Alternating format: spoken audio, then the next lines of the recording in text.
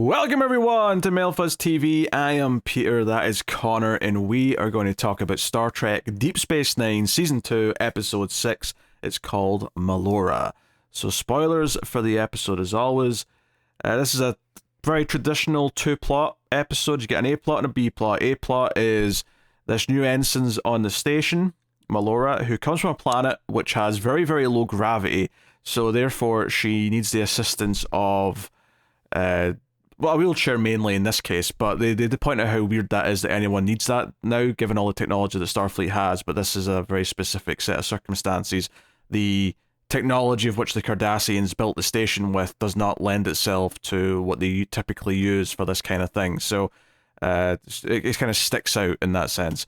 And then there's a B-plot where an old rival or partner of Quark is trying to kill him, so that's something to get into as well. So yeah. Considering how much is going down between them, they never really get into their past, like, at all. There's a quick, brief, mention of, they were on a job together and Quark sold him out to get out of a sentence. That was the... That's it, yeah. Yeah, that's what you get. And, I mean, that's fine. That's enough. Honestly, this the alien dude that shows up and threatens Quark. All I could think of the entire time he was on screen is that his nose looked like a handle, as if he was a cup. Mm-hmm. Because he has this nose that connects to his chin. And also, I was very impressed that they showed him try to eat something, because all I could think about as well was, surely that's very hard to eat if you got this big blocker right in the middle of your mouth like that. But sure enough, they have him take a bite of something at one point. And I was like, oh, okay. They actually addressed this kind of, hey, he's eating. See, he can eat. He's fine. Yeah, I mean, it clearly stretches enough that, when you open your jaw, it's not, really tight. But I really wanted someone just to put their fingers in and hold his nose. That would probably be very incentive. It would be, but there was just I wanted to try and pick up his head with his nose. That's fair.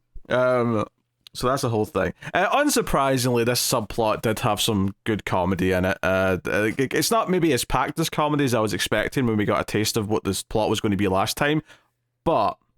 It does have possibly the single best laugh, at least this season. Well, I wonder if we're talking about the same thing. It's the moment Quark says someone's trying to kill him, and the slow turn with the smirk in his face from Odo is what got me. That's what made me laugh. That's good, but that's not my favourite bit. What was your favourite bit? My favourite is after Odo gives him the communicator, and Quark's like, yeah, but what if the first sign's the last? And I was like, you're people, you sell bits of yourselves after you die, right? Quark's like, yeah. He goes, I'll buy one, and just walks off. That was good. That was good. It was just the delivery of it just got me. I think that slow turn with the smirk is because I feel like Odo very rarely shows a bit of a smile, right? He's a very stern individual. He is, yeah. So there was something about the slow turn, like he was delighted to hear this news that just got me. It's not really much more than that. Obviously, it does sort of interject with the A-plot by the end because it becomes a jeopardy that is happening in the A-plot. So fundamentally, that's all it really builds up to. But obviously, it's very traditional in that sense. Yeah, Quark's been a seedy little businessman, as he usually does, selling some... I don't know, it was like these fancy bracelets that are really important to this planet's culture, and they'd been missing for some time. He's found them, he's selling them back to him for 199 gold-pressed platinum bars. And, I have to wonder why he doesn't just go for 200. Same reason why everything is something 99. It's because it sounds cheaper by just having that one little...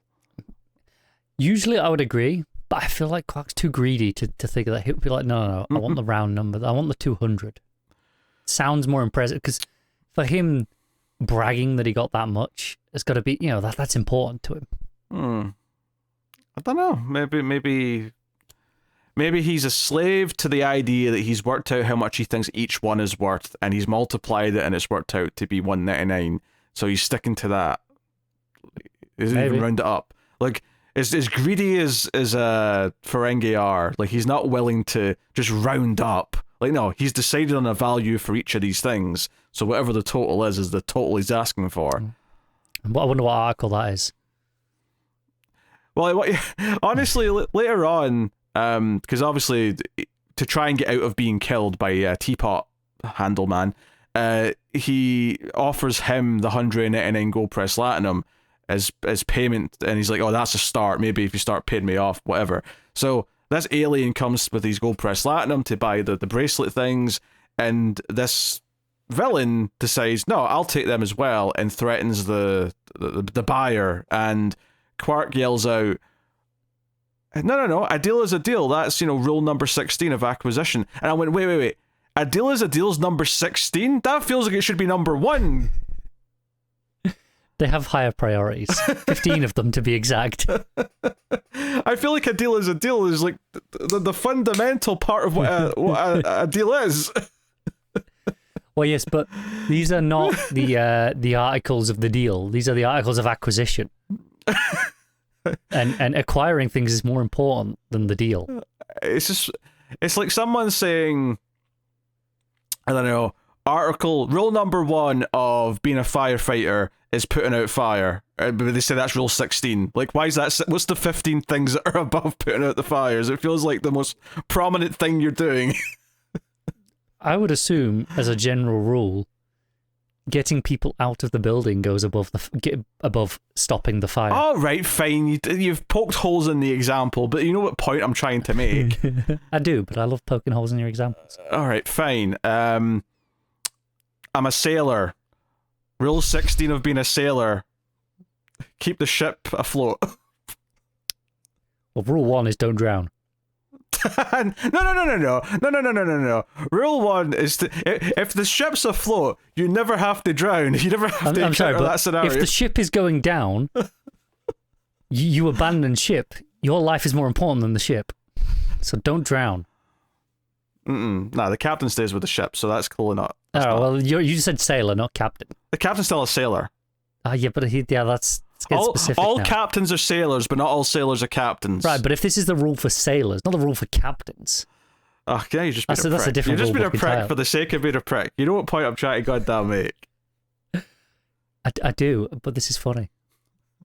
Okay, you're a streamer on Twitch. Rule number 16, play a video game. Hang on a second. Have you seen Twitch? What, rule number 2, get in a hot tub. Okay, yeah. That sounds more like it. Anyway, so I mean that was pretty much all of the Quark subplot outside of the when it intersects with the main plot at the end. So yeah, the main plot it's an interesting subject it's tackling. We've praised Deep Space Nine for taking tough subjects. They don't have clear answers. I think this one is a little bit more what's the word I'm looking for? Mild? Safe? Not safe sounds bad.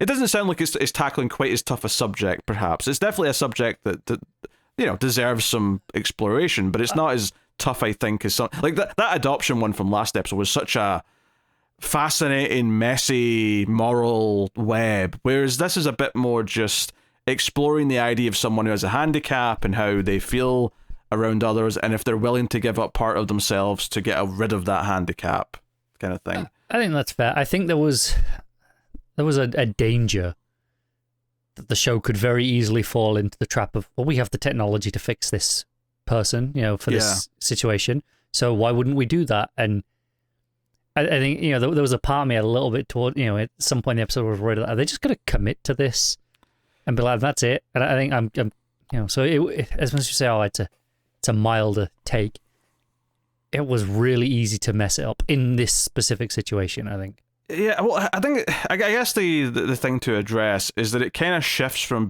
exploring someone who has a disability, and it becomes more about someone who's different because they come from somewhere and it comes from a different culture, because that's ultimately what she's given up. Because it's very clear in this episode, she's not got this condition because she was in an accident or has a disease or anything like that. She comes from a planet with almost no gravity where they all just float around and her body just can't handle it. It actually made me think a lot of the Belters in Expanse. And they handle it very differently, of course. It was a very different type of condition when they tried to walk on a planet's surface, but it's kind of similar. It's like, okay, this species, they just float around. They fly around all the time because their gravity is so low. That's just how they function. I think it does turn it into this thing where it's more about a cultural thing. And arguably that's maybe where it gets a little bit deeper. But I feel like Star Trek as a whole, between Next Gen and even previous episodes of this show have tackled differences in culture and how to respect them probably more interesting even ways. Original series was doing that pretty Sure, consistently. yeah, for sure. But I think they've done it in more interesting ways than this. Like I found some of it really, as someone who grew up in a house with a father who had MS and was in a wheelchair, I see relatable things in here. This idea that someone in a chair is determined to show that they don't need help for things, that felt very true to me from the people I've met and people I've encountered. And I'm sure it's not true of everyone who's ever been in a wheelchair, but I've certainly met enough people who are like that. I think that's pretty common across a lot of different disorders. I had an uncle who was deaf. Again, a lot of the time, insist on just, even if it was a scenario where, hearing things was not essential, but highly advantageous to whatever the scenario was, would insist on just, he'd get on with it and do it his way. Yeah. And there's definitely a lot of that here. She cracks, there's a line she has at one point about what stupid architect thought it would be smart to put a ridge at every single door. Like every single door at the bottom has like an elevated lip. I think it's really easy to write that off as, well, the Cardassians are terrible people. Of course they did that. But also, even the Federation probably don't think, obviously they don't design their ships to have ridges like that, but also they don't have people in wheelchairs on their ships very often because it's not a scenario that they're used to dealing with much. That's because they've solved it effectively, right? That's exactly. Like the people, they've got treatments, they've got ways around it. Even Dax is like, oh my god, where did you dig up this thing from the specs? Because this is ancient, essentially. Yeah, and this is a very specific case where it's the person's origin and culture that's led to this, and that becomes the question when Bashir comes up with hey, there's this old theory to do this, and no one's even thought about it in a long time because it wasn't really, no one cared, it didn't matter anymore, but this might work on you, this might give you the same kind of body as everyone else, so you can do the work in Starfleet that you want. And it is an interesting question in the sense that, it's not been forced upon her for one, but also she chose to be in Starfleet. She wants to do this, she's determined to do things on her own. It makes sense why she would consider this, and it's not until she's actually faced with the idea that she will become different from the people in her home world that she then goes, oh, maybe I don't actually want to change who I am. Maybe I want to keep my current status quo where it's a bit tougher for me, but I'll accept that because I don't want to lose who I am.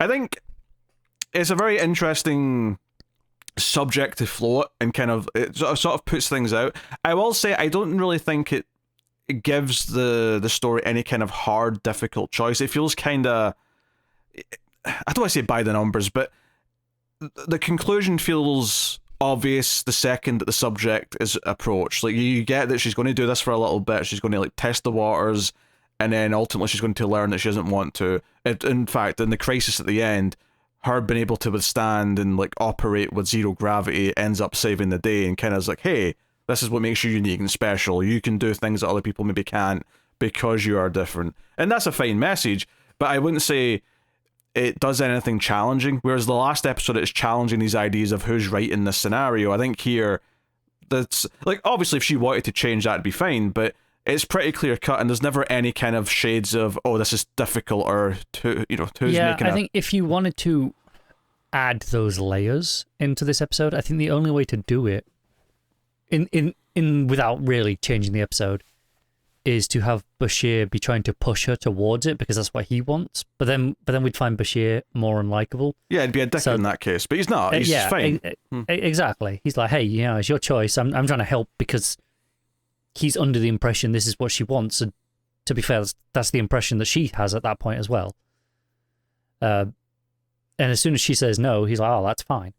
I think the only way to add some of that nuance is him trying to push the idea that, well, this would be better for you, over the course of your career. But like I say, then Bashir becomes unlikable. So it would be adding that extra layer just for the sake of it, as opposed to being in character. But the layer does feel missing all the same. Despite all the reasons why we're saying there's nowhere to add it in, it does still feel missing. Like I was missing an extra... saying space feels like it's a little bit... Like I'm asking for some action or something. I don't mean that. I just mean something to make it a bit more potent. It's always a very clear-cut choice here from every party. There's no real morality to grapple with. There's no, right or wrong. That maybe it's this, maybe it's always very obvious. Hey, this is your choice. You do you, and it's presented as that the entire way through.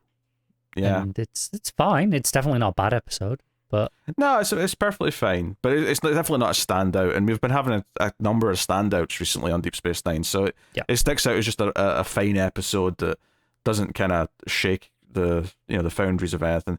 Obviously, there's also a romance element to this where Bashir becomes attracted to her. She, feels that back, which does lead to a scene that I do have a bit of a question on, and it's the sort of thing where I kind of like in my head explained this to myself in the moment, and then later on in the episode they ruined my explanation for it that justified it. So they do a whole thing where in her room he's set up that she can turn off the gravity and she can float around and feel comfortable when she's on her own in the evening, right? Makes sense? And they've had a date or whatever, and they're back at her place, and she's like, I'm going to turn the, at first he doesn't even want to come in because he's worried that he's going to make her ruin her safe space. Yeah, like he doesn't want to like feel like she can't do that because he's there. And she's like, no, come in and I'll turn it on and just, why not? Like you can float around. And we have this whole magical sequence where Bashir starts to float and he starts spinning around and he's like, whoa, this is amazing. And they share their first kiss as they're floating, and he's talking about how great I'd always wondered what this felt like. And in my head in the moment I went, You're on a space station. You're on spaceships all the time. And I know Star Trek, and the way I explained it to myself to justify it was, well, okay, but all these Federation ships we've ever seen on Star Trek, they always have artificial gravity. It's maybe not something that anyone in the Federation ever actually experiences anymore, even though it would make sense that in space it's easy to do zero-G. But fair enough, it's not that common. The problem, though, later on in the episode, is that to save the day at the end, Melora literally hits a button to turn the gravity off in the shuttle in the runabout, and I'm like, wait, so all the ships you can just turn this off anytime you want, and he's never experienced zero gravity before. That felt a bit of a weird stretch to me. I assume it's in like the settings menu is where she's turning it off. Oh, she just does a quick slider though. It's like so easy. It is pretty easy. I think. How am I going to try and argue this? Just if he had said, I never thought about actually bothering to try this. This is actually pretty amazing. I'd be like, fine, I can buy that you just never bothered. But he says, I always wondered what this would feel like. You could have done this at any point throughout your entire Starfleet career. Yeah, it's a bit weird. So I thought that if I'm going to try and justify it, which I'm stretching right now. It's that he's always Bashir's a very focused man, right? Mm-hmm. I think we'll give him that. He always seems to go all in on whatever his idea at the moment is. When we see this, he goes all in on digging through this research, right, as to find something.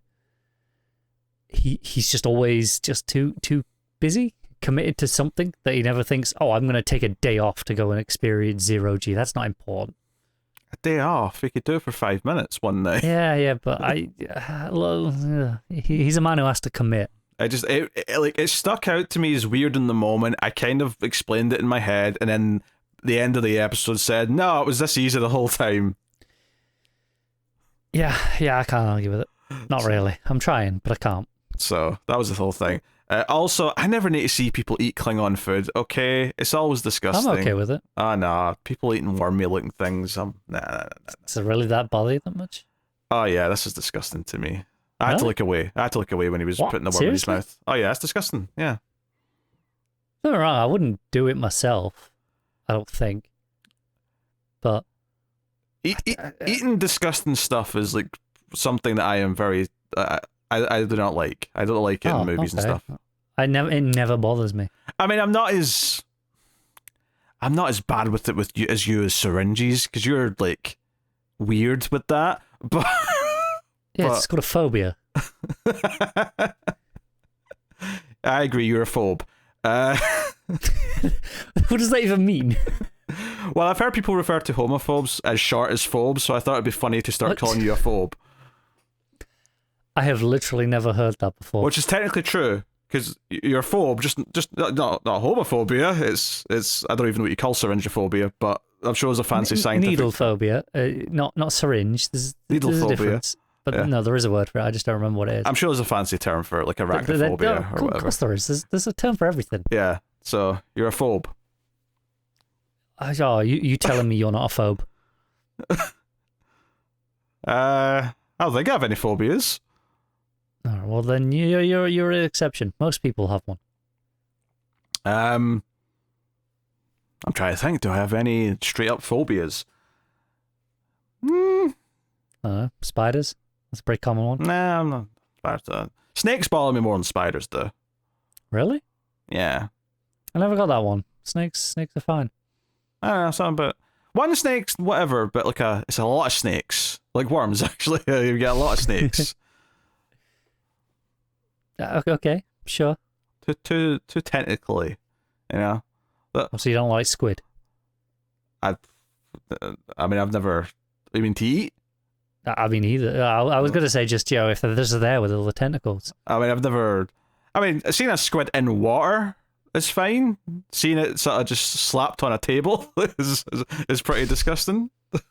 Have you ever eaten squid? No. Never even tried. It's all right, actually. It's like, it was a lot better than I thought it was going to be when I tried it. It's the sort of thing where I just, I don't like the look of the idea of it enough. I'm just not going to do it, ever.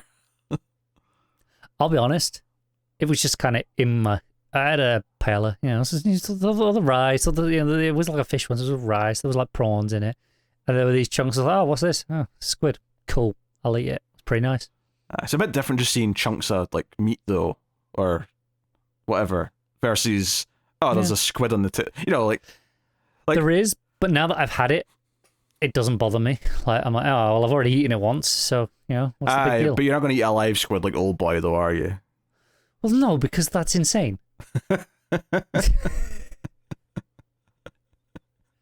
Although, maybe if someone told me it was really good, maybe I'd be tempted. I don't want anything moving that I'm trying to eat, okay? I don't think I do, but also, I could be tempted. I even like jelly, it's moving too much, okay? Oh, really? I just don't like jelly, but that's my joke has always been that food shouldn't move on its own, yeah. That's fair. I prefer just raw jelly cubes as opposed to making it up into the jelly. Just chew on a jelly cube. They're so good. Honestly, so good. Anyway, what were we talking about? Klingon food. Oh yeah, it was the Klingon food. There's a Klingon restaurant. I mentioned I like how the dude just starts singing at the end randomly. Like, is some it's like, is it? I don't know if you've ever been when I've been to Spain before. It won't be the chef just randomly coming out, but they'll just randomly have some dude walking around singing a lot of the time, like in their restaurants. Maybe that's like in the touristy areas. I don't know, but yeah, pretty common. I don't think I've ever been in a restaurant where someone started going around singing. But it's I get it. If you're a touristy area, you can make some tips. Yeah, it always feels very European to me. I've had it in France and Switzerland as well, but I've been to Spain a few times and had it there. But yeah, I think if I imagine this, I can imagine an Italian doing it, like in a little Italian restaurant. Yeah, but I can't picture being just the chef just randomly going, I'll take a break from cooking and just come stroll out. Well, because this Klingon restaurant's like a one-man operation. This is basically a food truck for Klingon food. And he comes out and starts singing with his Klingon instrument at the end. Yeah. Because the episode ends really abruptly, actually, where it's just Bashir and her having this sweet moment. And it's not even like they're saying we're breaking up or we're not doing anything, although presumably she's going to move on and never be in an episode again. I just assume we'll never see her, yeah. But it ends in this, let's just enjoy the moment as this Klingon's like singing and playing his instrument behind him. It's like, okay. Obviously, the thing we've not talked about is the big climax of the episode, which is the Quark deal goes bad. The villain, Teapot Man, takes him as a hostage and then grabs Dax and Melora. Sorry, I forgot her name there. Because they were just coming back from a runabout. So they hijack the runabout. He takes them out. And he actually shoots Melora with a phaser to prove that he's serious about hurting them if they don't, turn off the tractor beam and let them go. So, luckily, turns out it's a side effect from the therapy that she can kind of just survive this right now. Yeah, obviously still hurts her, but she sort of wakes up and she turns off the gravity. She goes floating into him, and they have this situation. Honestly, one of my favorite things about this whole section is just the fact that when Cisco and I think Odo, whoever it is, come on board at the end, Quark's just holding the phaser at him and saying, "Captain, we've got it all under control," as if he did anything to actually save the day. But he's like he's putting up the ego right now. It's like, yes, I helped save everyone. Yes. Me, Quark, hero. That's funny. So. Quark's great. I think this just this element of her being like, surviving this shot. This was one of those moments that struck me as how much TV's changed over the last few decades. Because there's no way that would happen right now in this scenario. Like, if this was happening now, this would be something that would be set up probably over a couple episodes. We'd have seen Melora like once or twice over the last couple episodes. They'll have set up this therapy, and then this moment would appear in like maybe the third or fourth episode with her, and it would have already established that she's, feeling some resistance to, immunity to pain or something. That would have already been pre-established. Whereas, this time, this is the way it was done. Like, guest star, this is the plot, this is all how it's done. It's all resolved in 45 minutes.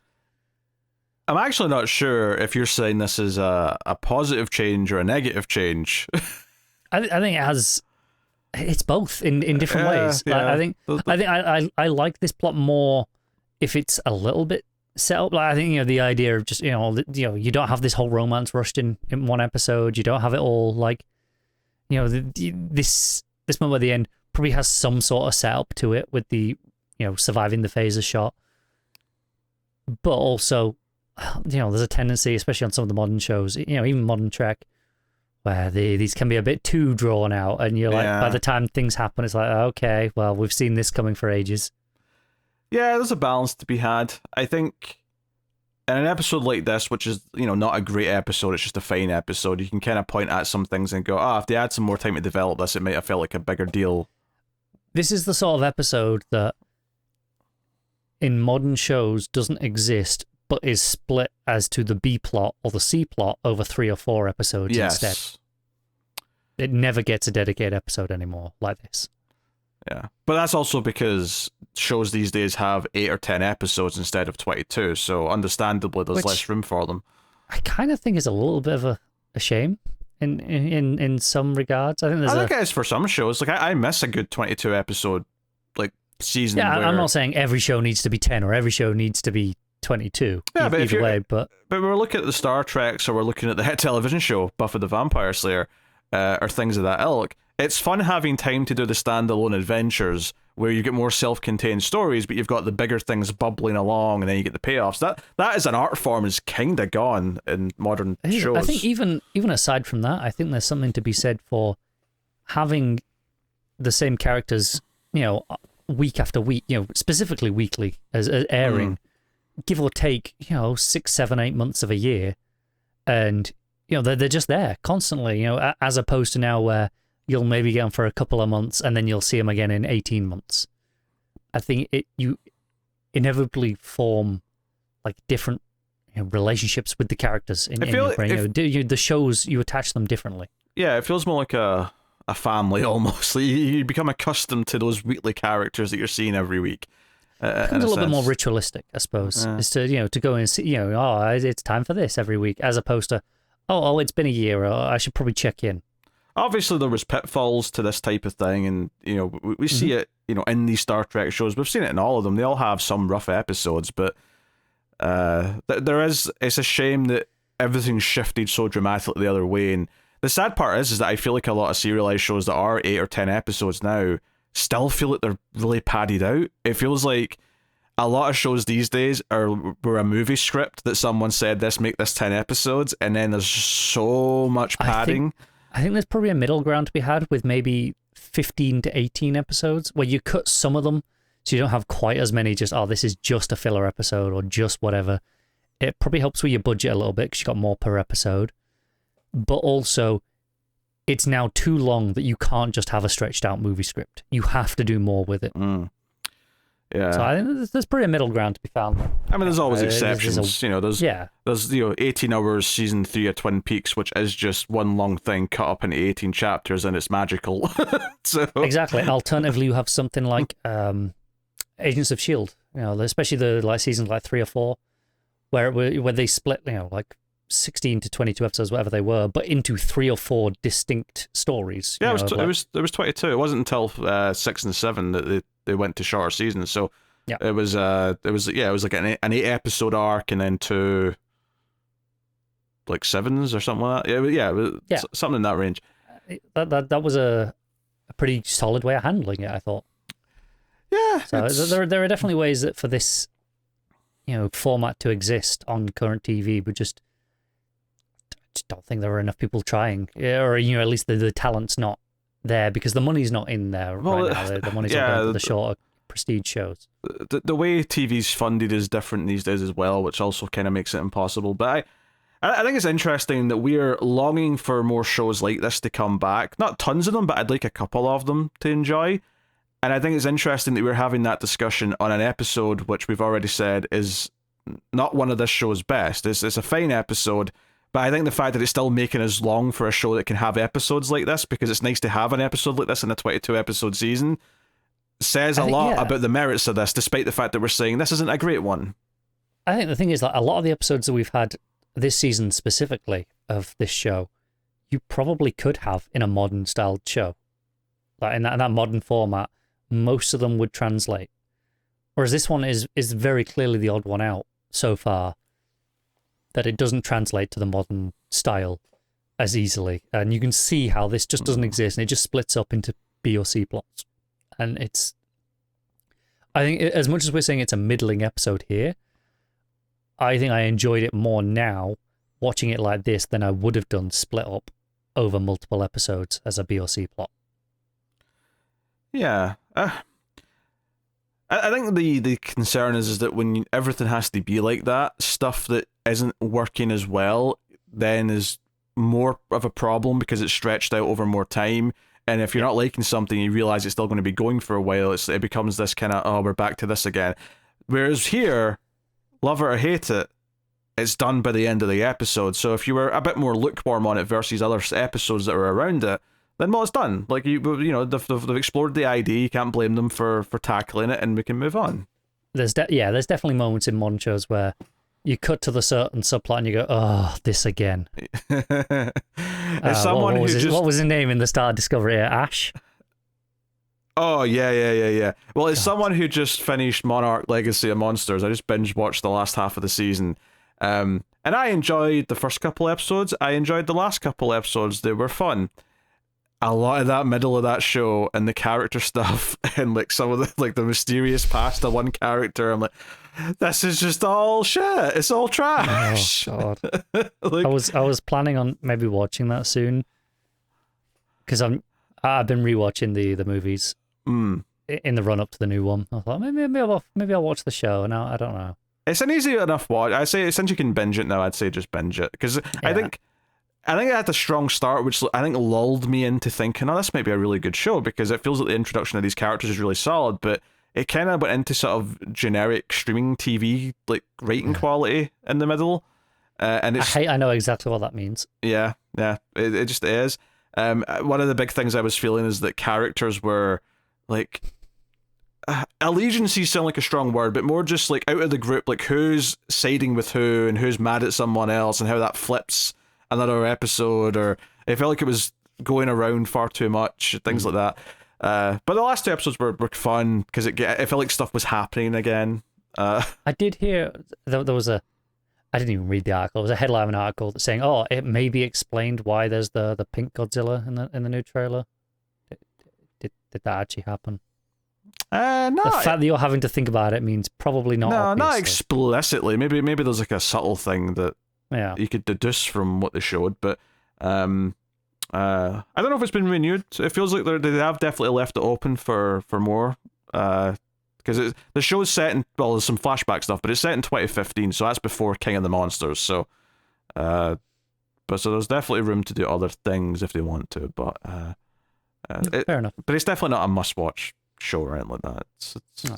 So if I don't get to it before the new movie, I'm not going to be that bothered. I don't think you'll feel too bad about it, no. It's good to know. But hey, yeah. Alright, so Deep Space Nine was a perfectly fine episode. Was it a great episode? It was a fine episode. It was. I feel a little bit bad for tangenting off about the state of TV, but not necessarily in a way that, usually when I do that, it's to shit on something. But I wasn't shitting on this episode. I still think I mostly enjoyed my time with it. I won't. I really, really think about that episode a lot, and I'll if I ever rewatch this show, I'll be looking forward to that one. But I'll never feel a need to skip it. No, it's a perfectly fine episode, and it almost feels like insulting to as if I'm trying to like throw shade on it. But it's all perspective, and the context around of which I'm saying that is that compared to what we've had in this season so far, this just feels like a standard episode. It's perfectly fine, inoffensive, has a nice sort of idea without anything strong to say, but it has an idea there at least. It does. It was nice to have a Bashir episode. I feel like we haven't gotten a lot of those. Oh yeah. Anyway, next time on Deep Space Nine, we have an episode called even the title, I don't even have to read the description and I'm already excited. Rules of Acquisition. Oh, yes, please. Okay, here's the description on IMDb. A female Ferengi named Pell, posing as a male so that she can engage in business, falls for Quark during a very important negotiations between the Ferengi and a Gamma Quadrant race. This could be fantastic. I am excited for this. Having heard the description, I can see how this could go wrong. Sure.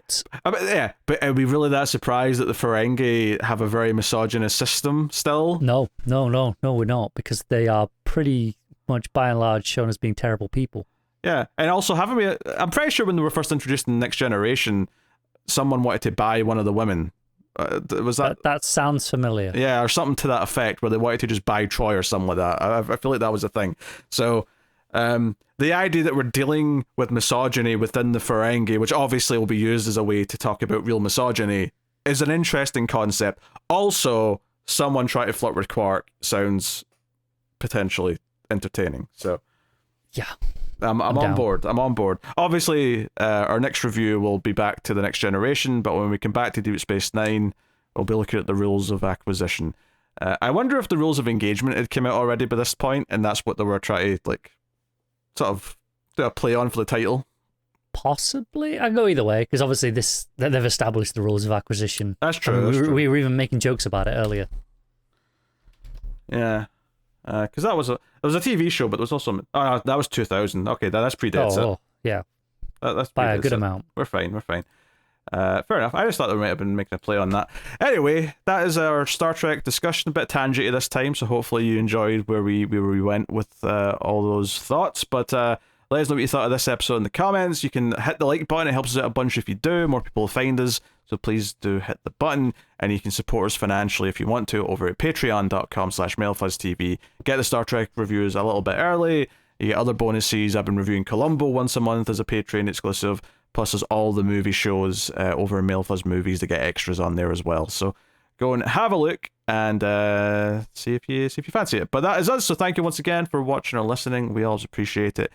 Keep watching Star Trek, and I feel like I want to do a pun at some point with Odo's name, Please don't. Like the word ode, like